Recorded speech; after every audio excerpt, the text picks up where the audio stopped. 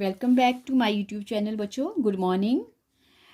Okay, आज हम solve करेंगे 5.1 एक्सरसाइज का क्वेश्चन नंबर 4 का 9th पार्ट, जिसमें हमें सीक्वेंस दिया है और इसको चेक करना है कि ये एपी है या नहीं। पीछे वाले पार्ट्स भी हमने बहुत सारे किए हैं, तो आपको पता ही है क्वेश्चन क्या चला हुआ है बच्चों। ये पार्ट्स है।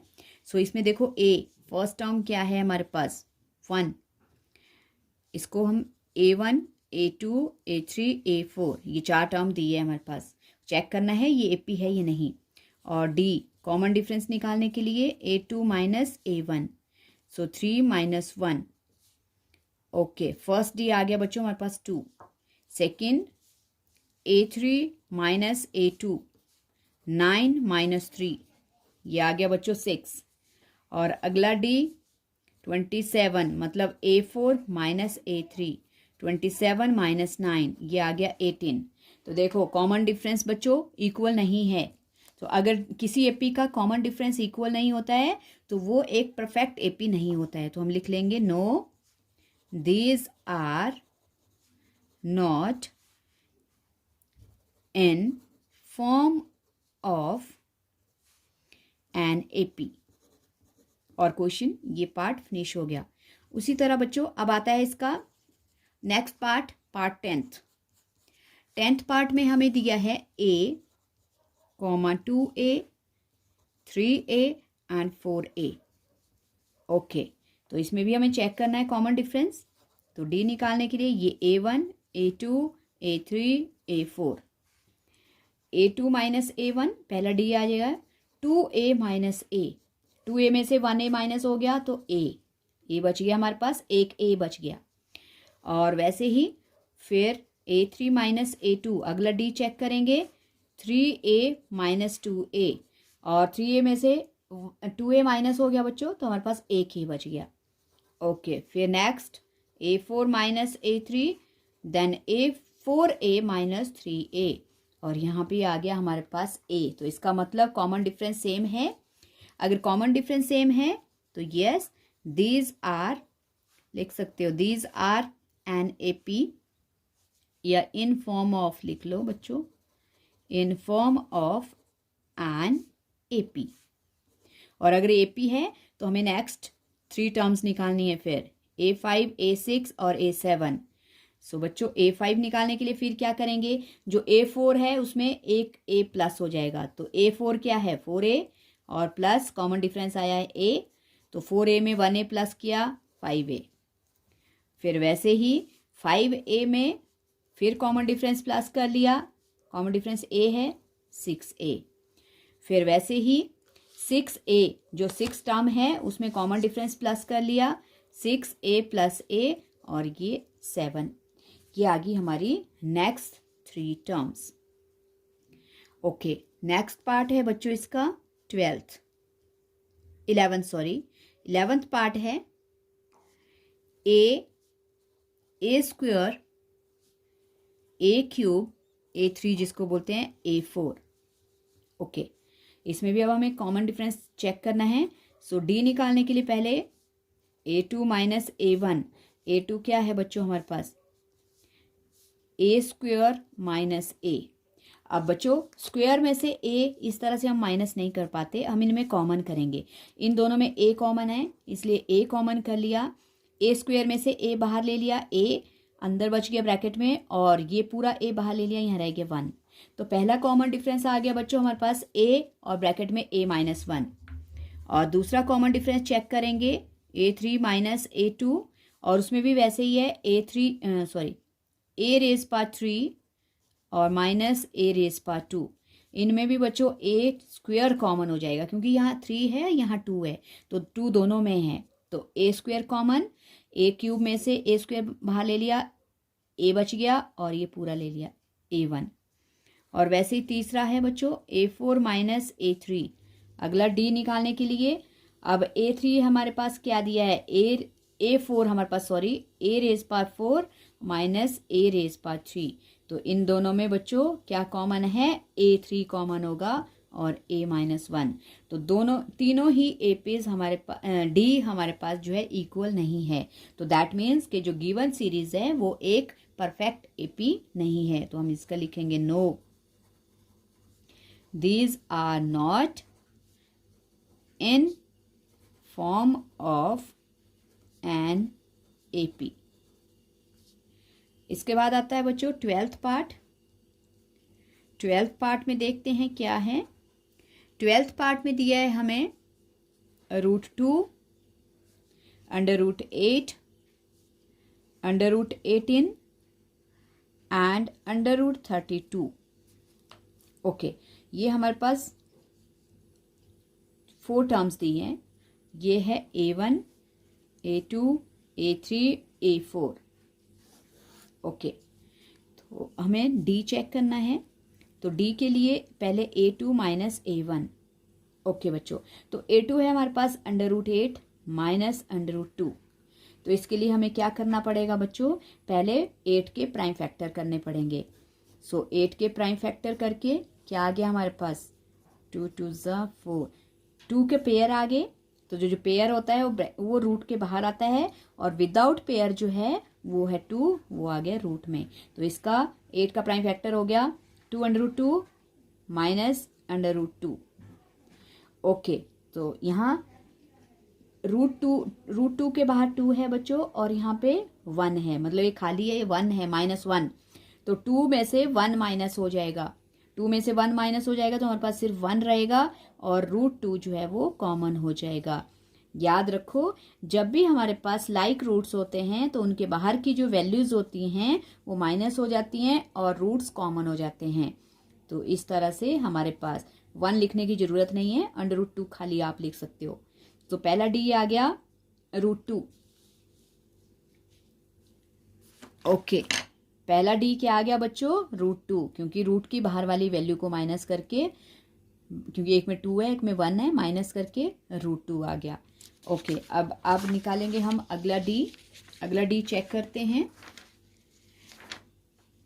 नेक्स्ट डी के लिए बच्चों फिर हमारे पास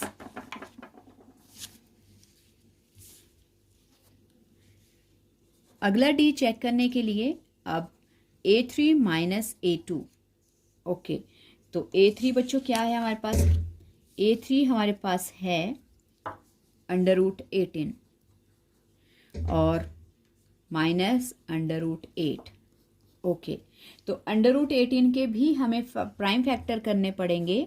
18 के प्राइम फैक्टर 2 9 18, 3 3 9। सो पेयर में क्या है बच्चों, 3, हमारे पास आ जाएगा 3, और विदाउट पेयर है 2, तो ये आ गया रूट में, और माइनस √2, 8 के हमने प्राइम फैक्टर किए थे 2 √2। तो यहाँ भी देखो बच्चों, रूट के बाहर 3 है और यहाँ -2 है, 3 में से 2 माइनस हो गया, हमारे पास 1 बचेगा और √2 हो जाएंगे कॉमन। तो इसका भी डी क्या आ गया, √2 आ गया। आगे A4 माइनस A3। ओके, तो A4 है बच्चों हमारे पास √32 और माइनस A3 है √18। फिर दोबारा हमें 32 के प्राइम फैक्टर करने पड़ेंगे। 2 16 2 8 2 4 2 2 देन 2 1। एक पेयर दूसरा पेयर। ओके, तो इन दो पेयर के लिए क्या आ गया हमारे पास, 2 2 आ जाएंगे। सो 2 × 2, और विदाउट पेयर क्या है 2, वो आ गया रूट में। और 18 के हमने प्राइम फैक्टर किए थे, तो 18 के क्या आए हमारे पास 3 √2। ये बन गया 4 √2 माइनस 3 √2। 4 में से 3 माइनस हो गया, फिर 1 बच गया बच्चों, और √2 हो गया कॉमन। तो इसका मतलब हमारे पास कॉमन डिफरेंस सारे इक्वल हैं, तो हम लिख सकते हैं yes these are in form of an AP। Okay, अगर NAP है तो हमें नेक्स्ट टर्म्स निकालनी पड़ेगी, कौन सी, A5, क्योंकि 4 तक हमें दी है। तो A5 निकालने के लिए क्या करेंगे बच्चों, हम A4 में D प्लस कर लेंगे। ओके, तो A4 हमारे पास क्या है √32, और प्लस कॉमन डिफरेंस क्या है हमारे पास √2। सो यहाँ देखना पड़ेगा बच्चों, √32 के प्राइम फैक्टर हमने बनाए थे 4 √2, और प्लस हो जाएगा उसमें √2। तो 4 और 1, 4 और 1 हो गया 5, √2 हो गया कॉमन। सो इसका मतलब जो हमारी फिफ्थ टर्म है वो है 5√2। अब 5√2 को भी हमें जैसे हमें और सारी होल वैल्यूज में दी है वैसे ही लिखना पड़ेगा। तो इसका मतलब होता है बच्चों, जो बाहर हमारे पास टर्म होती है ये होता है स्क्वायर।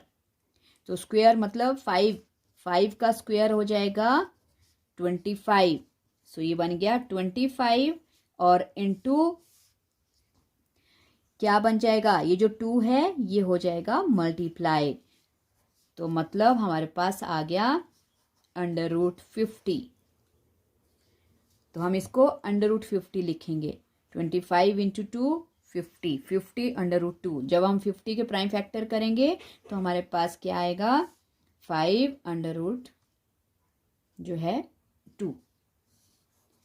ओके, और वैसे ही आगे A6 में क्या करेंगे, जो हमारे पास A5 है उसमें D प्लस करेंगे। A5 क्या है बच्चों हमारे पास √50 और प्लस कॉमन डिफरेंस इसका था 2।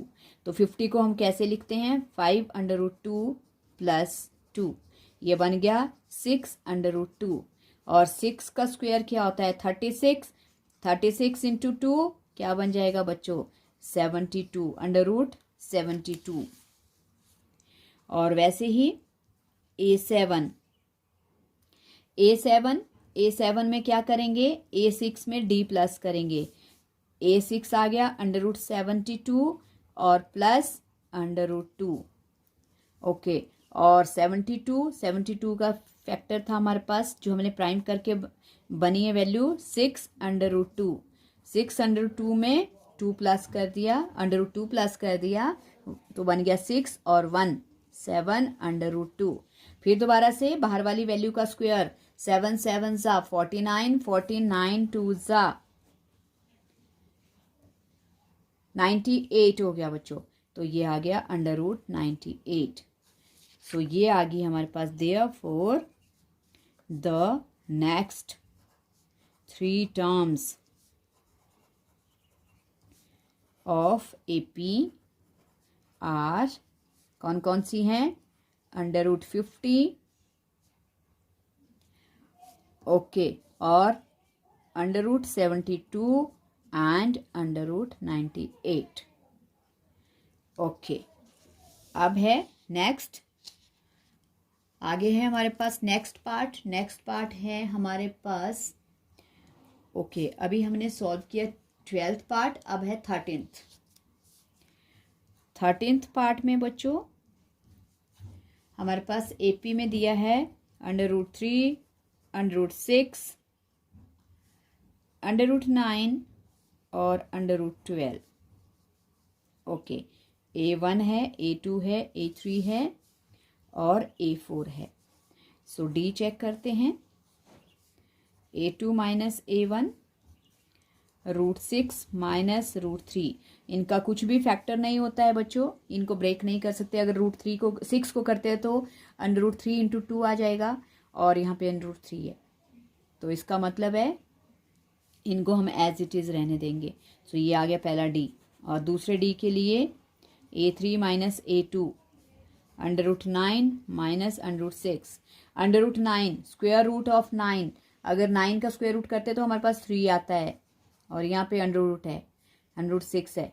तो इसका मतलब इसमें भी कुछ भी इक्वल नहीं है, पहले वाले की तरह ये भी वैसे ही रहेगा।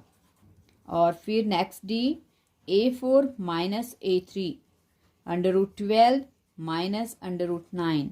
ओके, अगर 12 के हम प्राइम फैक्टर करते हैं तो हमारे पास आ जाता है 2√3 और ये जो √9 है √9 हो जाता है 3।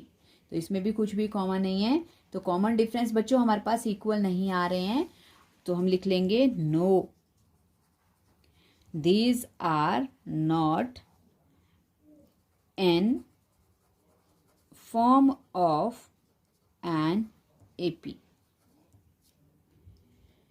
ओके, आई होप आपको ये क्वेश्चन समझ आ गए बच्चों। अगर ये क्वेश्चन समझ आ गए हैं तो इनको प्रैक्टिस करना, वीडियो को लाइक करना, शेयर करना और चैनल को सब्सक्राइब करना। Thank you so much.